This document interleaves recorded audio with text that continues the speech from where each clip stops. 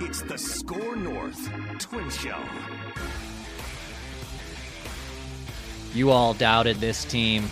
You all doubted the Minnesota Twins. They snapped their 7-game losing streak in the nation's capital with a big win over the Washington Nationals. A 10-0 win. They shut out a Washington Nationals team. Score North extra innings.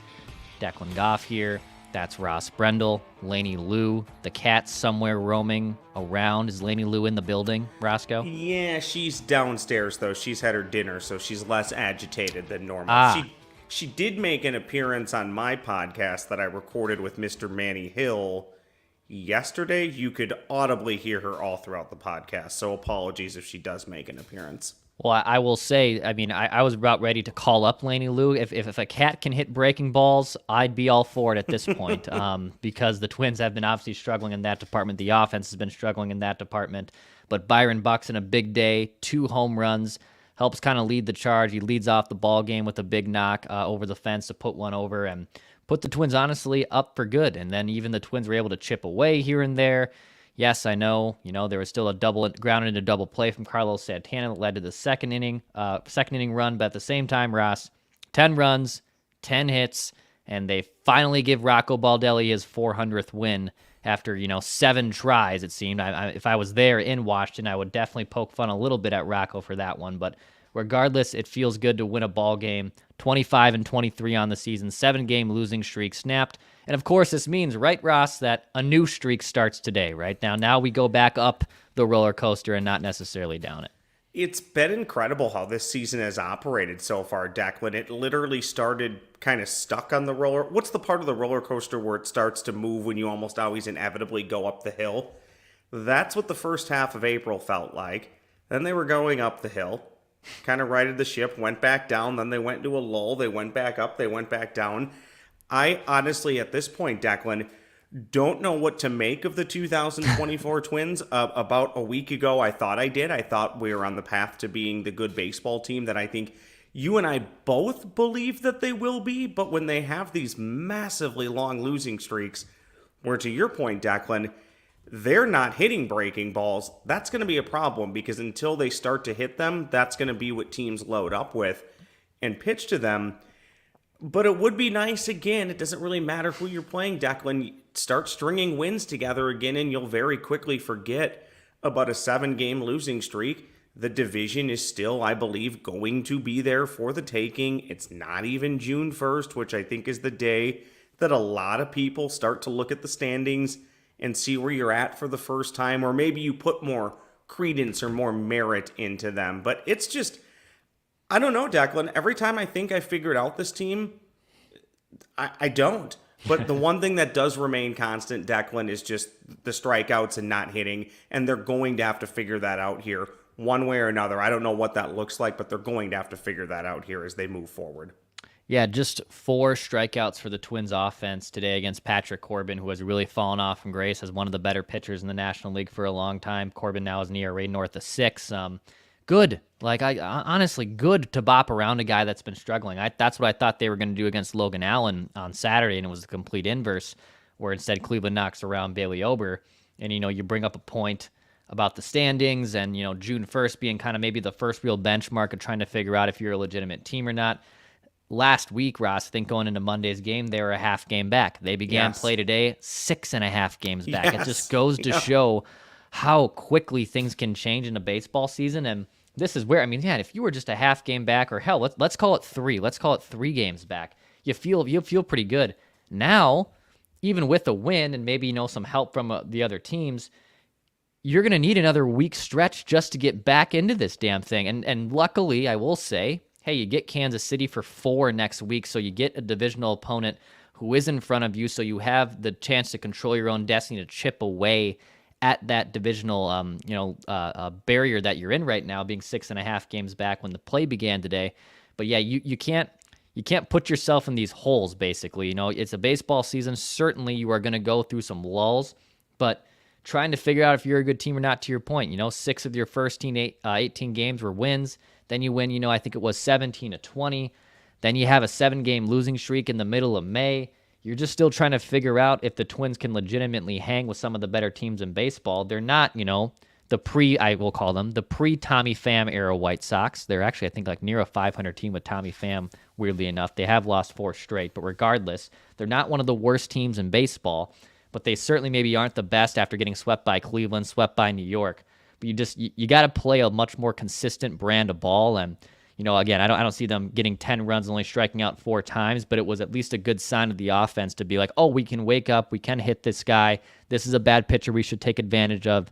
And they were able to do that today. Well, and you hope the confidence from tonight's game turns into winning a series tomorrow, and you need to start winning series again. I don't think when you play a team like the Nationals or, heck, even the Chicago White Sox, I don't think you go into any series demanding that the team gets a sweep, but you definitely want to win the series.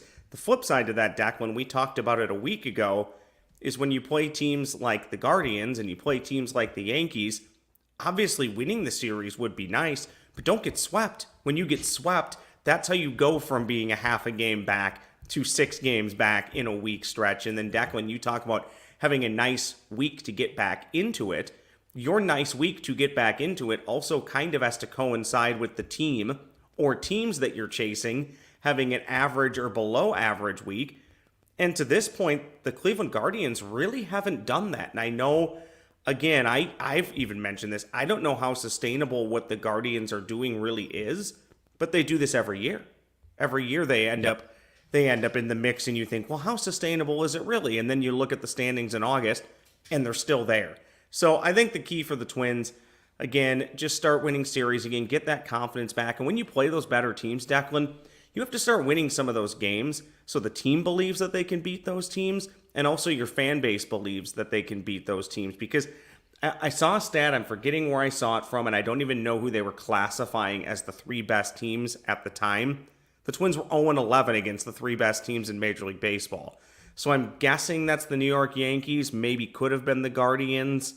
They got swept by the Birds. That could be it. They did get a win against the Dodgers, but you factor that in. They were 1-2 against the Dodgers. So it hasn't been good when they've played the cream of the crop. By and large, they've beaten the teams that they should beat. Hopefully they continue to do that and start to, again, pick away at this division lead that the Guardians have built up over the last week. And again, you're chasing the Royals too. And like you said, Declan, good that they'll get them for 4 games here coming up real quick.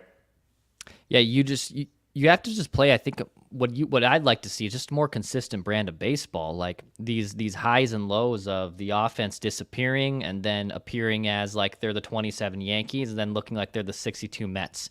Though, there's 2 sandwiches there. In the middle of that sandwich is a really good piece of meat, right? Like pun intended with the sausage to a degree. But can you just play a little bit more consistently? And I think that's all you can really ask for here. I mean, you're above 500. And I talked about this with Mackie and Judd on Monday from the lovely Cleveland International Airport. If you were to tell me by May 20th the Twins were going to be 2 games over 500, but like I won't tell you how they got there. I don't think I would be like shocked or upset by that. But it is shocking how they got to be 23 and Yes. 24, 22 at that point in the season, given the streakiness of what it is. So with Cleveland, to your point, Ross, like they always exceed expectations. They're always going to be a team that's better on paper because they do a lot of little things right, and there are a lot of baseball purists that probably like watching Cleveland Guardians baseball, and it's not the sexiest way to play baseball in 2024, but they're always going to be there. They're consistent. They've been on top of the Central for like 95% of the season, and kudos to them. I think the Yankees are a better team, but still, like there is a gap regardless of the win streak that took place. There is still a gap from Baltimore, New York, Cleveland, and the Twins. Like there is a gap there. I don't know if it's like substantial, but clearly the Twins aren't at that level. Can they play consistent baseball? Basically, I know it's easy to say, starting now to at least bridge that gap to be a lot closer. So come October, come even All-Star break time, we're talking about a team that is actually legitimate and not just a fluky, streaky team.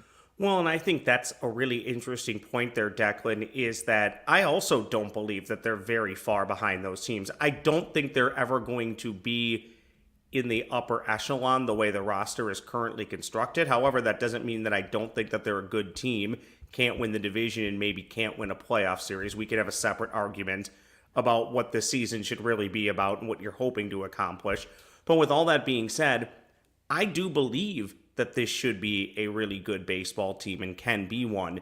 So how can they be more consistent? What do they need to do to be more consistent at the plate? They've tried different things. Obviously, for the longest time, we were seeing Ryan Jeffers hit leadoff, which is, I guess, a lot more new school, and you see a lot of teams mixing it up with that leadoff position. The Twins, of course, one of them, and we all know the Twins, they pay a lot of attention to the data and the analytics, and they should. I think every team should. It's up to the manager in the front office to decide how much to use that on a day in and day out basis. I guess I'm just wondering, how do they figure out that consistency part? Because I do believe when you look at the starting rotation, it's good to really good. It's not great, but it's good enough to win.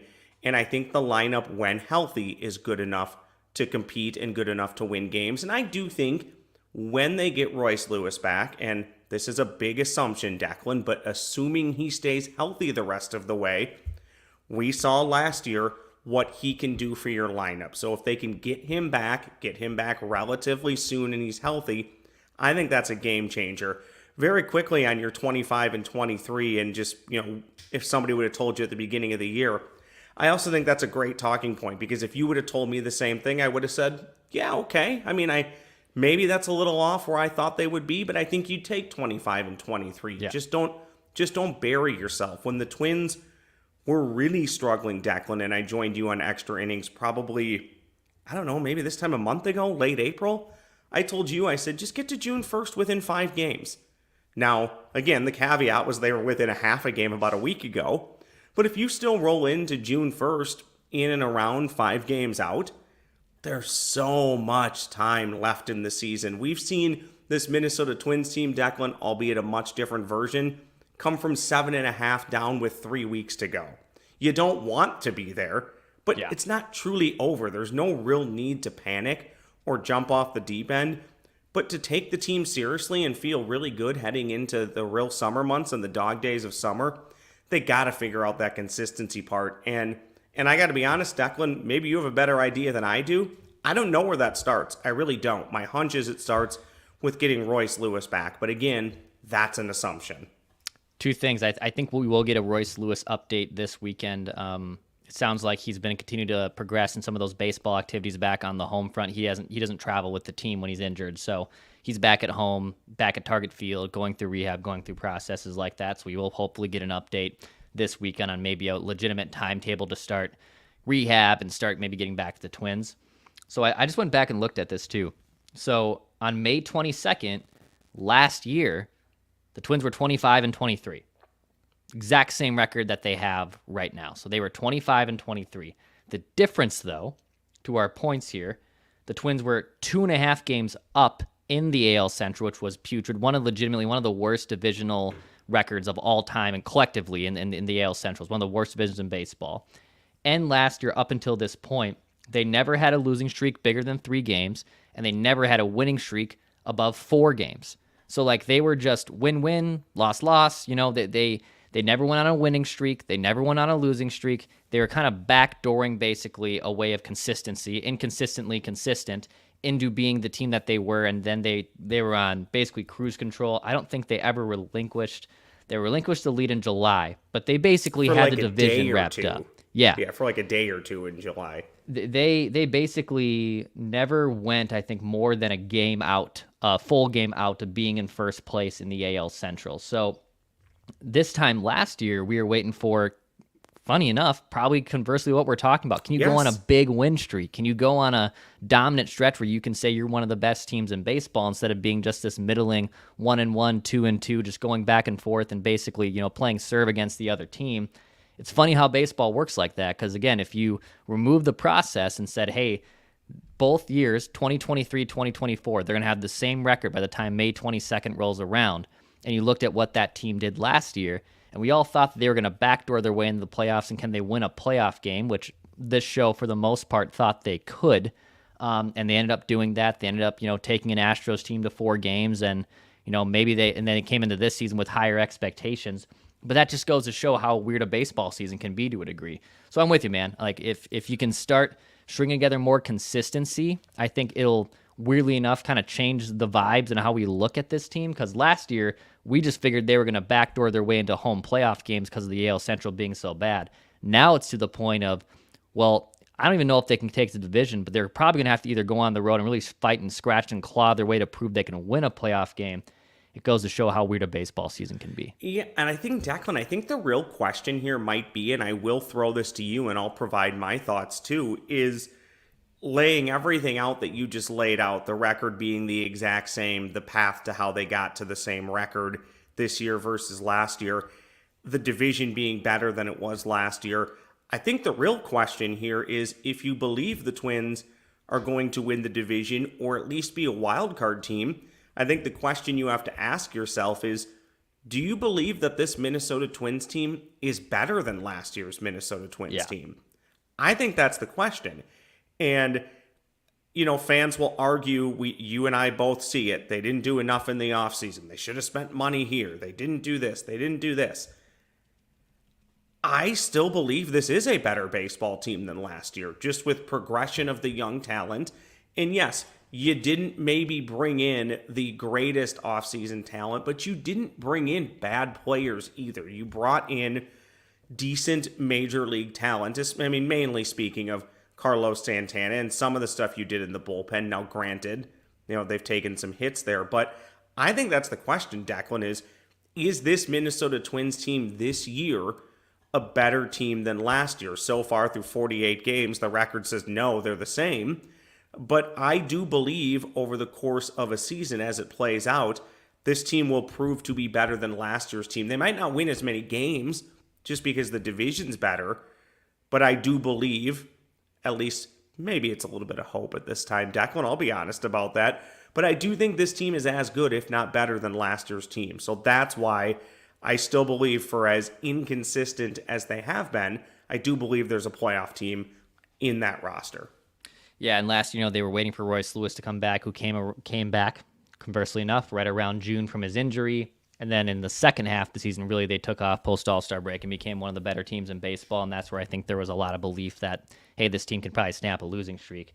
Now there's a more of an uphill climb, and the offense is a little bit even more inconsistent than they were. And you're kind of like basically crossing your fingers of, if Royce Lewis comes back, do the vibes change? Do the lineup change? You know, he's a very positive guy. He's obviously a very good baseball player when healthy. So, yeah, they're kind of in another similar boat than they were last year. And, last thing on this too, Joe Ryan pitches really well today and shuts down a less than mediocre Nationals team. But the starting pitching hasn't been the issue. It's been the offense that has been its biggest issue. So can the offense adjust to breaking balls? Can they not just hunt fastballs? Because the way that this is going offensively, I don't buy that the Twins could win a playoff series with how this offense is currently constructed as of May 21st, May 22nd, heading into tomorrow. But when Royce Lewis comes back, does all that change? And I think that's probably the big question we'll figure out here. Maybe by June 1st in 10 days, we'll have a better assumption after the last 10 games of play, but that's where we're at. I mean, the 2023 and 2024 Twins basically have the same record as a year ago as they do today. Meet the new Twins, same as the old Twins. Quick hitter for you. Yeah. Did you prefer Bill Haywood or Billy Haywood? Billy. Yeah, it's got to be Billy, right? Billy. The team Yes. liked Billy better. They played better for Billy. Yes, definitely more of a Billy Haywood guy. So I would definitely go Billy Haywood for the quick hitter there. I told you it'd be a quick one, a very quick one. Billy Haywood. I'm No, I like it. With you. I like it. Hit the like button, hit the subscribe button. This is Score North Extra. I just want to jump on here quick to talk a little bit of the Twins snapping their losing streak. You can go check out the episode with Trevor Plouffe, who I believe we're recording this live right now. I think he's wrapping up post-game duties for those that can watch on Bally Sports. You can also check out this channel. We're almost at 3,000 subs, so thank you so much. Appreciate you guys.